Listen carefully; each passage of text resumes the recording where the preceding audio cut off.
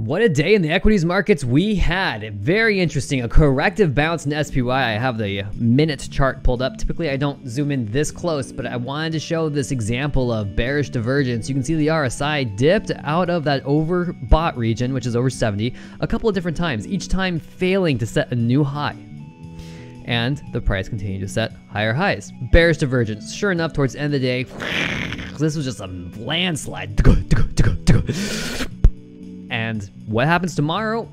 If I had to guess, gap down, and then we start a vertical rundown. Personally, I've been waiting for a big dump, and this looks like the time for it. The fifth wave extension can be very powerful. And I believe this was a sub-mini wet wave 4 we witnessed. I'm going to turn on the hourly chart now. And this kind of brings us to a bigger picture. We had this big rising wedge and a big push down, an extension of a correction, which was really hard to figure out. If this is gobbledygook to you, that's fine. All you need to see is this blue rising wedge. This is an ending diagonal triangle. It signals a dramatic reversal ahead. And, well, this divergence, it looks different on the hourly, but it still holds water pretty good. You can see those peaks. There's even a pattern here in the RSI. Look at that. Oh my goodness.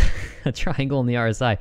And when the price broke down, it had to pull back up to that pattern and then spilled lower, rushing down to oversold. And now we see the implied volatility flipping to bearish. This is a positive correlation between the IV, well, negative correlation between the IV and the price trend. The price trend is now turning down, at least on this shorter time frame.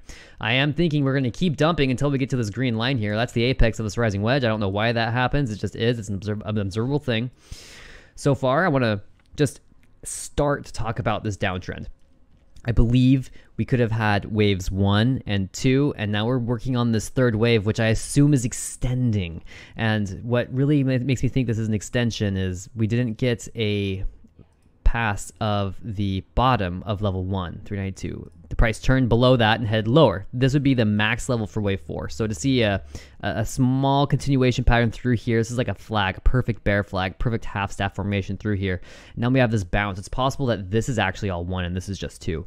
And then we're going to see 3, 4, and 5. And it's just going to be a terrible spill lower. The RSI grinding through, oversold, just that blue RSI. That's really what I'm expecting. Big, hard, big drop. But you know what follows big drop? Big bounces. And you know what's going to bounce like crazy are the meme stocks. I want to talk about GameStop because my forecast on GameStop has been just absolutely spot on. I go it every time. I said that we have a motive wave down through here. I do this by the wave form. It's in motive mode, and we had this grindy sideways consolidation, which I'm calling minute wave 2, and then a downward channel, which defines another motive wave.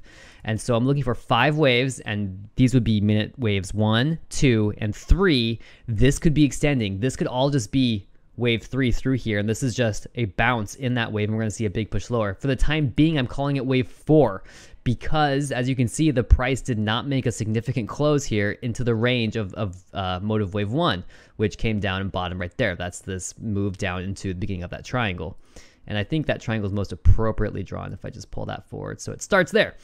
Okay, now what occurs from here on out remains to be seen, but it appears that we are looking at a bear flag in GameStop. And this drop, it is hugging the bottom of this ascending broadening wedge shown in purple. This close does confirm the pattern as, well, valid, and that we've had a breakout as well. Typically, when you see a trend reversal like this, you're going to have a 3-wave motion where the price comes up, tests the breakout price, and then pushes lower. We don't actually get that confirmation until the price makes it below the bottom of that first push outside of the pattern, somewhere near 1879. So if we see a big push out, we can we can count on, though, what we expect to see at that point is another push down. And it could be of the same amplitude as the first push that preceded it. And that would take the price down to about $16, $16.10. And that would bring us to about the start of this pattern. And the price target for this pattern after a confirmed breakout is the beginning of the pattern. And that, I believe, here we go. Am I going to say it? Yeah, I'm going to say it. This will give us probably a bottom. I expect the markets are dumping. They're trying to find a bottom. They're going to find a bottom, and then we're going to have a massive rally. And in that massive rally, I think the meme stocks are going to go nuts. So okay, this is a ridiculous forecast. There is no reason why I should be able to predict this, but I think what we could see is like this massive massive bottom, and it'd be cool. It'd be cool. I want to see a big push in the meme stocks, okay? I believe this is what's due. My analysis supports it, but again, I don't want to get anyone's hopes up. Right now, what the analysis does support is that we are going to be heading lower for the near term, and we're going to have to wait for bullish signals to come in before I start forecasting that we're going to see a big rally. And the first sign is going to be that, well, the implied volatility first is going to start peaking. It's going to go up as the price drops, and then it's going to flip again when the price begins to move through its prior trading ranges in the recent sessions, and then it'll go wild as it turns bullish again. And so there's going to be a flip, a flop, and a flip, and on that last flip, bah, that's where I think we're going to see the fire. Okay, AMC. So today I saw this looks better on like the 15-minute chart I think I was on. I saw an ending diagonal triangle through here. 1, 2, 3, 4, 5. Ending diagonal triangles are characterized by an overlap in the first and fourth waves. So calling this first wave coming down 1, this bounce 2, this drop 3, and this push higher 4, it's pretty clear. You can see that there was some overlap between these waves in that green box. So ending diagonal triangle it was. We did have a reversal and a push higher, but now we see it keeling over. Remember, the price is always free to do whatever it wants. It can drop out of here. If the price can turn around, probably near that 536 level, then I'm looking for the price to come back up and test another high. But that's if we get a good bounce in the markets, because AMC, I think, is going to follow GameStop. So this would be a falling wedge. It's not even a falling wedge. It has to be 3 weeks long to be a falling wedge, and I don't think it's 3 weeks old. No, it's only a couple of days. So technically it's a pennant, and that's the proper chart pattern analysis. As far as Elliott wave is concerned, I believe that we had an ABC correction, and we had some, I can't even zoom in right now. We had a divergence in the RSI. Let me just plop that down there, and or not divergence, but a swing failure pattern. You can see that the RSI did set a higher high as the price set a higher high. And then that divergence actually, there is a divergence. It's right here as the price is actually not rising. Let's see here.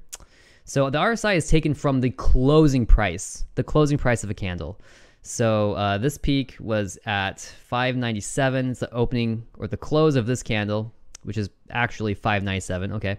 And then the close of this candle is, let's see, 634, and the RSI is dropping. So there is a bearish divergence right here, and the price tanks. It falls into a pennant, which has some hopeful aspirations, but ultimately is not as bullish as it looks, I don't think. Maybe a line chart will reveal something new. Remember, I was looking for an overlap, and you can see as soon as I go into a line chart, which only considers the close of each candle, that the chart looks totally different. Wave 1, 2, 3, and did wave 4 come in? See this? Now it looks totally different. Wave 4 would be this move outside of the pattern, wherein before it was in the pattern. This is why it's important to choose your chart type properly. On a candle chart, that looked bullish, but on a candle, on a line chart, it doesn't look nearly as much. And well, it looks like it's just a standard old pennant, and we're heading lower. This could be a motive wave. 1, 2, possibly 3, 4, looking for 5, and then probably a bounce and then another dump.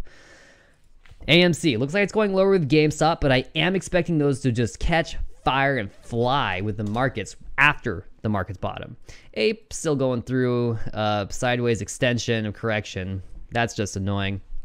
And while we're looking at stuff, let's go to SLV. SLV doing the same thing, just grinding sideways with the market. Going to GLD. GLD continues to set new highs. This is really important to watch right now. Gold as a technical indicator, the price of gold is not GLD, okay? If you want to see gold futures are doing more or less the same thing. I have a massive analysis on gold. My price target is much higher than where the price is currently at, but it looks like I was actually anticipating a drop down, right? I was looking for a retracement in gold and we didn't get it. Instead, we're getting a big push higher. This is a huge signal. This tells me that, you know, the markets are probably about to crash, like crash, like actually crash, like finally actually crash. I've been expecting the dollar to push up. It's not. It's still dropping. This is like warning signs. I'm just going to say it like, oh my goodness, what's going on? It looks a little scary out there. It really does. I'm going to turn on the daily chart now and on the candles. I'm gonna go into my default chart, which is super complicated. Oh my god. Yeah, it doesn't make much sense if I don't walk you through it. I'm not gonna. I just want to look at the candles through here. You can see I'm kind of expecting the RSI to drop. It is, and look at the volume, above 30 period average volume, and on the daily, the implied volatility here at the very bottom is increasing. So yeah, this looks nasty. A lot of people might mistake this for a bullish doji. It's not a bullish doji because the close and the open are too far apart from each other. But in that same theory or concept that you have a tight trading range outside of the prior candle, this is not signal reversal. Bulkowski tested this. It actually tests as a bearish continuation pattern most of the time. And as you can see, the price has come up off this uptrend and is now heading lower. And I have a theory that this is actually precedes the biggest dumps. Remember these 3 days back here? It was like, wow, look at the market go. Dun, dun, dun. And it just fell. Just boom. Boom. And then it's like, oh my god, it's going up. Boom. Get thrown down again. And this little bump, this is just a little hump and another, I think we're going to see another big crash. Just a, my target overall is like 289. I don't need to be all dramatic like this. I'm just going to go. So today I kind of yielded my account to SPXU calls, which was okay, I guess. It was okay. Let's talk about SPXU really quick before I go. I'm in quite the mood, I suppose. Had lunch with my sister, which was really fun. I really appreciate spending time with my sister. So I see the possibility for a third push higher. What I have shown is currently kind of like a high and tight flag shown. And I believe that this is going to be the beginning of our third minute wave. I have minute wave 1 up here, minute wave 2 down here. The RSI is coming up into overbought, which signals the top of a motive wave, I think.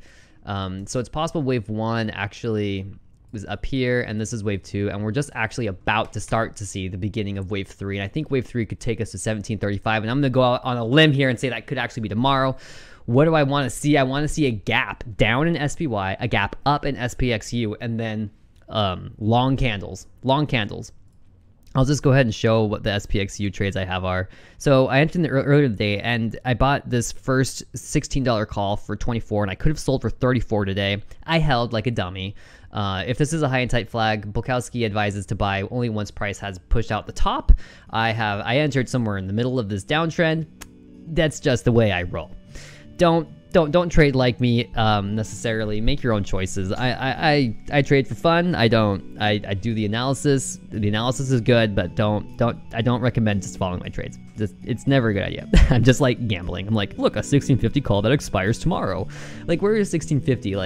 Like way up here, I am betting on the price moving all the way up here. Like, this is ridiculous. The only way that I'm gonna make any money on those contracts and not lose that money is if this analysis is like perfectly correct. And the chances of that being true are pretty nil. But if you win big. And I like to go big or go home. So that's what I have for today. Happy trading.